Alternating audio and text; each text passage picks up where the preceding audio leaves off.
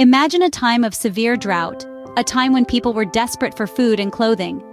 It was during such a time that Gautam Buddha, deeply saddened by the plight of the people, urged them to help those in need. He implored them to donate whatever they could afford to those less fortunate. His words, however, fell on deaf ears. Everyone left without making a single donation, except for one poor man. This man, with nothing but the clothes on his back, contemplated what he could give. He thought, if I give away my clothes, I will be left naked. But then he pondered, we are born without clothes and we leave this world without them. Many holy men live without clothes, so why can't I? And with that, he stripped off his clothing and handed it to Buddha, who blessed him. Overjoyed, the man began to walk home shouting, I have conquered half of my mind. His shouts caught the attention of the passing king, who called him over and asked how he had conquered half of his mind.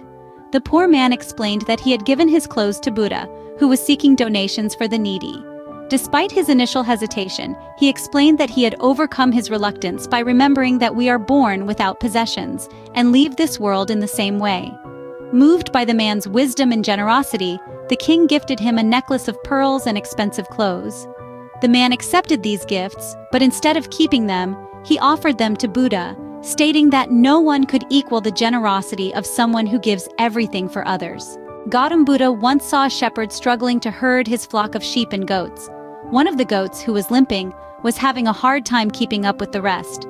Buddha, carrying the limping goat on his shoulder, accompanied the shepherd to the city where the animals were to be sacrificed for a royal ceremony. Upon reaching the place of sacrifice, Buddha intervened, asking the king to spare the animals and to take his life instead. The king, moved by Buddha's compassion and wisdom, not only spared the animals, but also abolished violence from his kingdom forever. In another instance, Gautam Buddha was in a garden with his cousin, Devadatta. They spotted a flying swan which Devadatta shot down with an arrow. Buddha rushed to the wounded swan, removed the arrow and started nursing its wound. When Devadatta claimed the swan as his, a dispute arose and they took the matter to King Shuddhodana. The king, after hearing both sides, declared that the lifesaver had more rights over the swan than the life-taker. These stories from Gautam Buddha's life teach us several valuable lessons. They remind us that true happiness cannot be achieved as long as there is selfishness in our hearts.